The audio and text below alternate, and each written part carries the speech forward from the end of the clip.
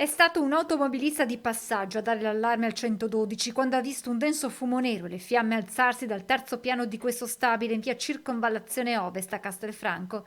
Sono circa le 3:45 della notte scorsa quando sul posto arrivano i vigili del fuoco, supportati dai colleghi di Treviso, Conegliano, Cittadella e Padova con 3 autopompe, 3 autobotti, 2 autoscale e 26 operatori.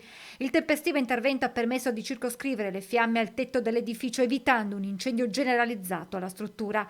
Solo in tarda mattinata è stato completamente spento, con i pompieri poi impegnati nelle operazioni di raffreddamento e il controllo di eventuali focolai.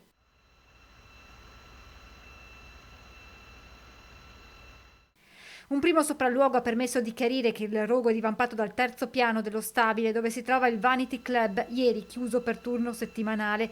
Nessuno fortunatamente è rimasto ferito. Sono ora in corso accertamenti da parte dei tecnici dei vigili del fuoco e dei carabinieri per chiarire le cause. Al momento non sono state rinvenute evidenti tracce che possano far pensare alla natura dolosa, ma le indagini proseguiranno con ulteriori verifiche all'interno del locale che ha riportato gravi danni strutturali non ancora quantificati.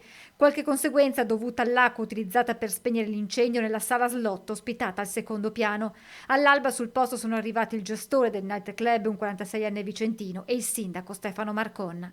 I danni però provocati dall'incendio stesso rendono inagibile l'immobile, quindi verrà posto sotto sequestro in attesa anche di capirne un po' le origini e insomma gli inquirenti stanno vagliando la situazione e cercheranno anche di dare una spiegazione alla causa di questo incendio. La qualità dell'aria non ha subito inquinamenti, insomma tutto contenuto è rientrato anche molto velocemente grazie alla professionalità mai messa in discussione dei nostri vigili del fuoco.